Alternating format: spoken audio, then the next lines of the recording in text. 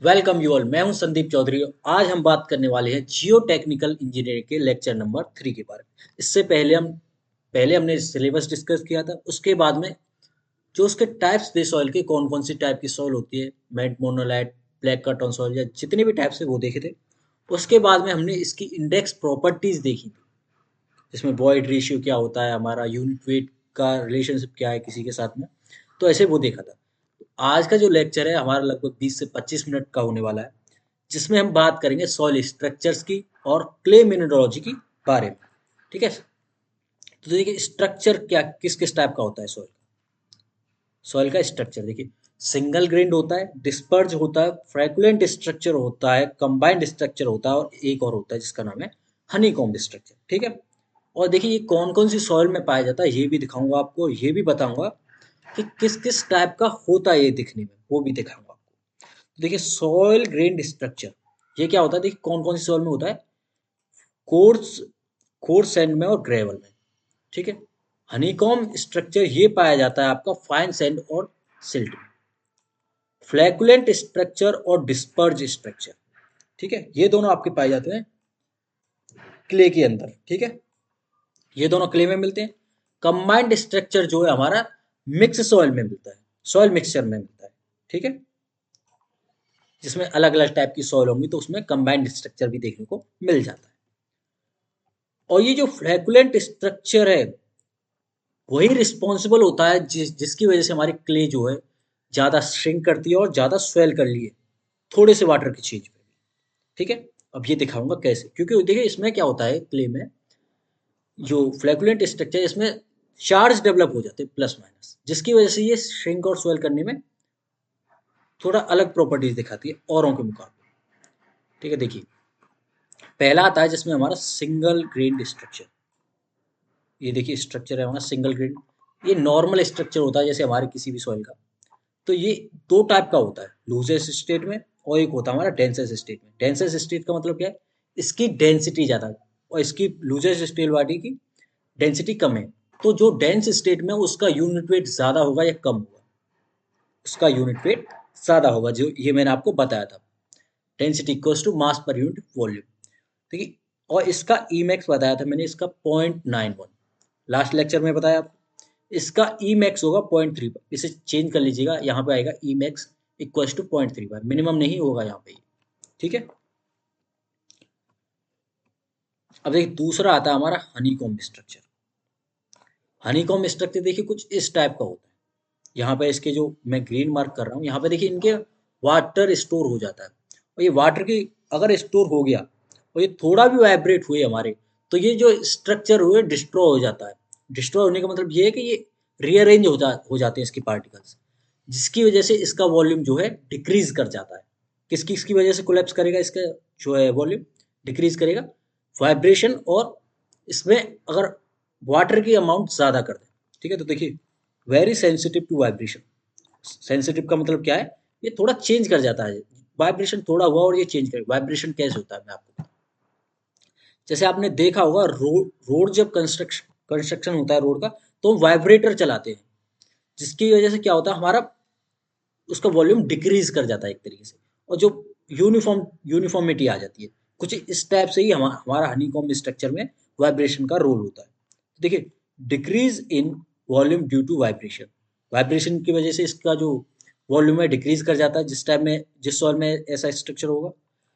और देखिए it collapse on waiting, यानी अगर वाटर की अमाउंट हमने इंक्रीज कर दी तो इसका वॉल्यूम क्या कर जाएगा हमारा, डिक्रीज कर जाएगा। कोलैप्सिबल सॉइल होती है ये हमारी, कैसी, कोलैप्सिबल। कौन कौन सी होती है ये, लूज, लोएस, फाइन सैंड और सिल्ट, तीन टाइप की होती है। एग्जाम्पल के तौर पे ये तीनों के बारे में फर्स्ट लेक्चर में आपको बता चुका हूँ। उसमें आपका अगर नहीं देखा तो जाकर देखिए उसमें। ठीक है। पार्टिकल का स्ट्रक्चर कैसा होता है, देखिए एंगुलर, राउंडेड और फ्लैकी, ये तीन टाइप के होते थे। एंगुलर और राउंडेड दोनों एक ही टाइप के सॉइल में पाया जाता है, जो हमारे देखिए ग्रेवल और सैंड दोनों में। ये भी देखिए सैंड और ग्रेवल दोनों। एंगुलर क्या होता है, इसमें थोड़े नुकीलापन होता है, सॉइल के जो पार्टिकल्स हैं उनमें थोड़ा जो एंगुलर पार्ट ज़्यादा होता है। इसमें राउंड होता है, राउंड मतलब प्योरली राउंड नहीं होता ना, ये प्योरली एंगुलर होता है। लेकिन हम डिफाइन कर देते हैं, अगर एंगुलरिटी ज़्यादा है तो एंगुलर है, अगर राउंडनेस ज़्यादा है तो हम इसे राउंड कंसिडर कर लेते हैं। फ्लैकी क्या होता है, इसमें होता है हमारा चार्ज डेवलप प्लस माइनस। ठीक है, ये कौन सी सॉइल में होता है, क्ले सॉइल में होता है।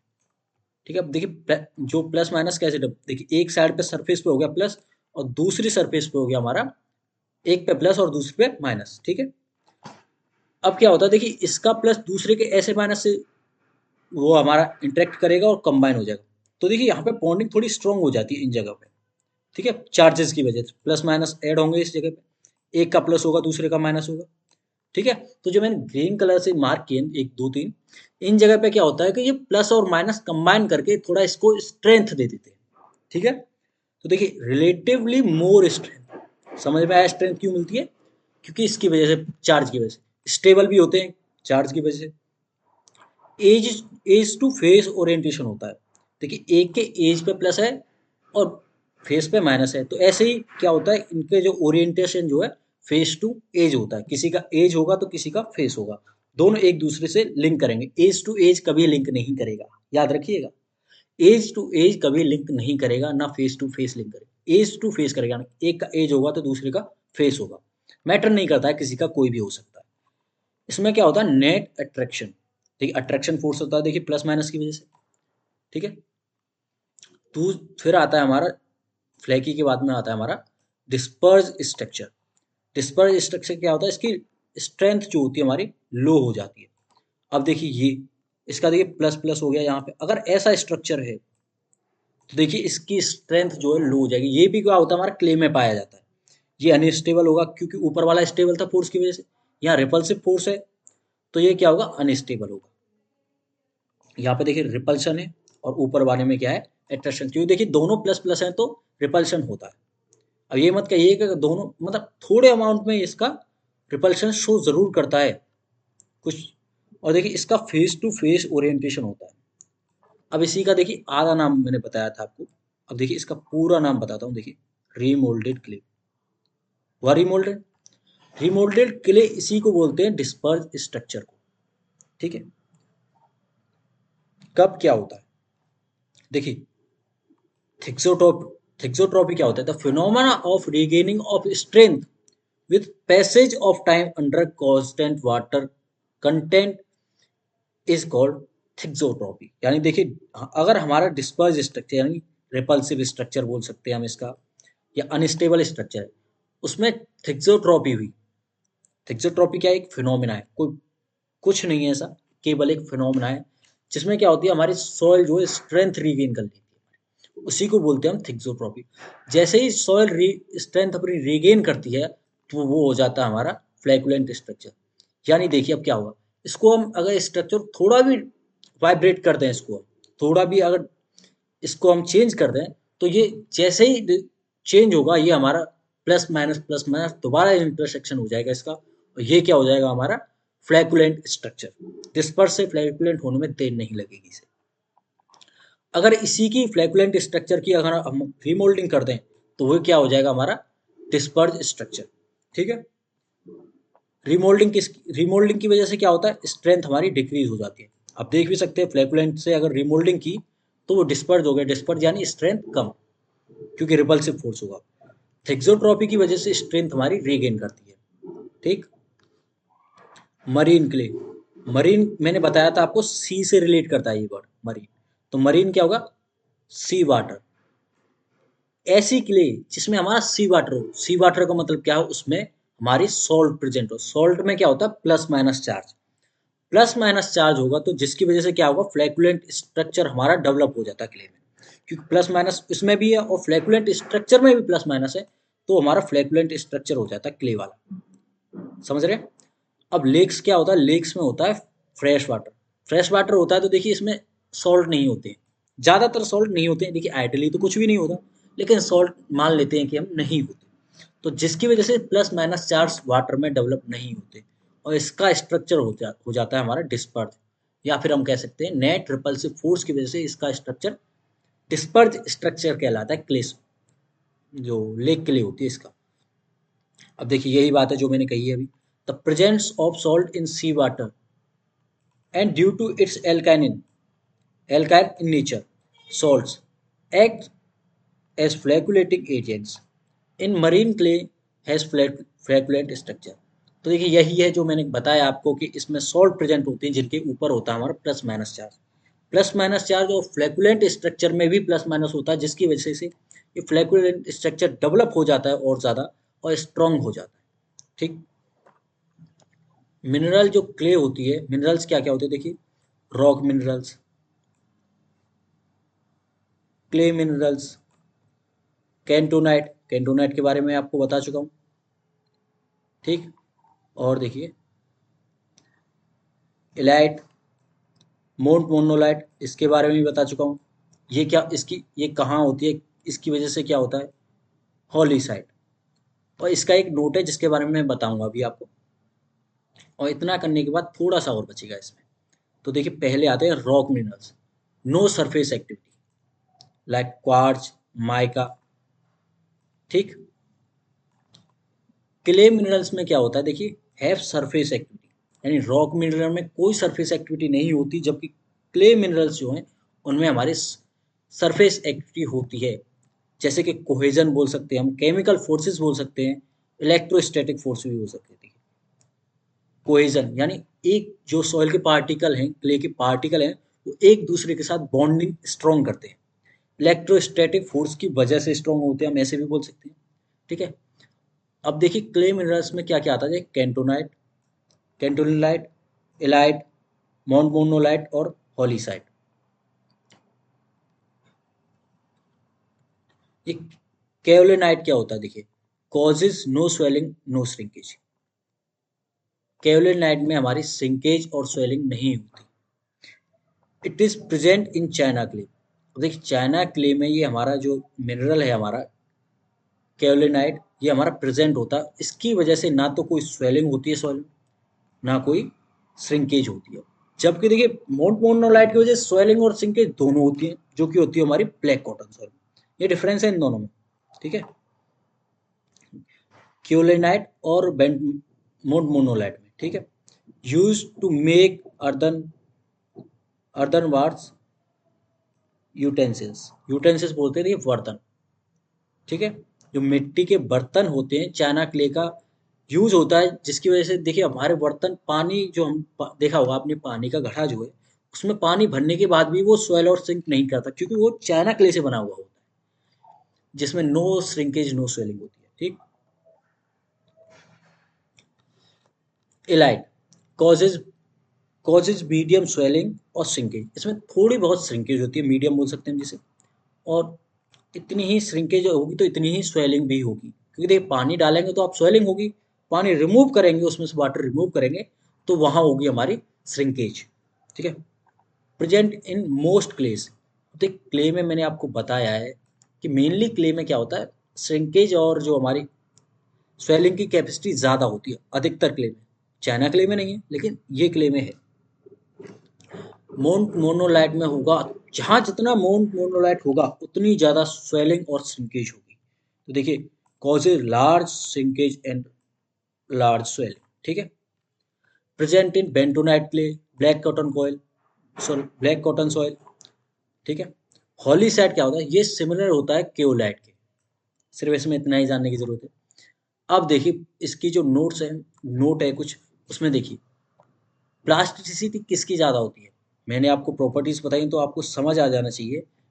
क्योलिनाइट की प्रॉपर्टी प्लास्टिक प्रॉपर्टीज कम होती है, इलाइट की भी, इलाइट की उससे ज़्यादा होती है, और मोन्ट मोनोलाइट की प्रॉपर्टी उससे प्लास्टिक प्रॉपर्टी ज़्यादा होती है। अब देखिए जितना ज़्यादा मोन्ट मोनोलाइट होता है उतनी ज़्यादा उसकी प्लास्टिसिटी हो जाती है, यानी उस वो डिफॉर्म हो सकता है इजीली। थोड़ा एक्सटेंड हुआ आपने, एक टाइम बाद देखा तो फिर दोबारा श्रिंक कर गया उतना ही। तो ये क्या होती है, प्लास्टिक प्रॉपर्टीज होती है। क्योलाइट में बिल्कुल भी श्रिंकेज स्वेलिंग नहीं होती, तो ये सबसे कम प्लास्टिक प्रॉपर्टी। इलाइट की प्रॉपर्टीज मीडियम होती है, तो ये मीडियम में हो गया। मोन्ट मोनोलाइट की प्रॉपर्टीज सबसे ज़्यादा श्रिंकेज और स्वेलिंग शो करती है, जिसकी वजह से हमारा शेप जो है ज़्यादा भी हो सकती है, कम भी हो सकती है, जिसकी वजह से इसकी प्लास्टिक प्रॉपर्टीज ज़्यादा होती है। अब देखिए surface area, specific surface area किसका ज़्यादा होता है, जो हमारा प्लास्टिसिटी होती है इसी के डायरेक्टली प्रोपोर्शनल होता है। तो देखिए स्पेसिफिक सरफेस एरिया क्योलिनाइट के सबसे कम होता है, फिर इलाइट का होता है, फिर उससे ज़्यादा होता है हमारा माउंट मोनोलाइट का, ठीक है, सबसे कम क्योलाइट का, उससे ज़्यादा इलाइट का, उससे भी ज़्यादा हो गया हमारा माउंट मोनोलाइट का, ठीक है। देखिए यहाँ पे बताया भी है, एस एस ए को क्या डिनोट कर रहा है, स्पेसिफिक सरफेस एरिया, या हम बोल सकते हैं surface area per unit weight, इसी को बोलते हैं हम। देखिए surface area per unit volume, या दूसरी डेफिनेशन जो दे देते हैं हम उसकी, ये स्पेसिफिक सरफेस एरिया क्या, वो क्या होते हैं, एरिया पर यूनिट वॉल्यूम, या surface area per unit volume, दोनों में से कुछ भी ले लेते हैं हम जहाँ ज़रूरत होती है। जैसे देखिए मान लीजिए हमारा कोई सर्कल है, राउंड है कोई, स्पीयर बोल सकते हैं हम, सर्कल बोल सकते हैं। तो स्पीयर का देखिए स्पेसिफिक सरफेस एरिया क्या होगा, देखिए एरिया क्या होगा उसका, 4 पाई आर स्क्वेयर, और वॉल्यूम क्या होता है हमारा, 4/3 पाई आर क्यूब। आर स्क्वेयर से ये 2 आर यहाँ से हट गए, पाई से पाई और 4 से 4, तो ये 3 ऊपर पहुंच गया, तो 3/r हो गया specific surface area of sphere. अब क्या हो, इससे क्या समझ आया आपको, स्पेसिफिक सरफेस एरिया ये जो है, स्पेसिफिक सरफेस एरिया साइज के या रेडियस के या डायमीटर बोल सकते हैं, उसके इन्वर्सली प्रोपोर्शन होता है।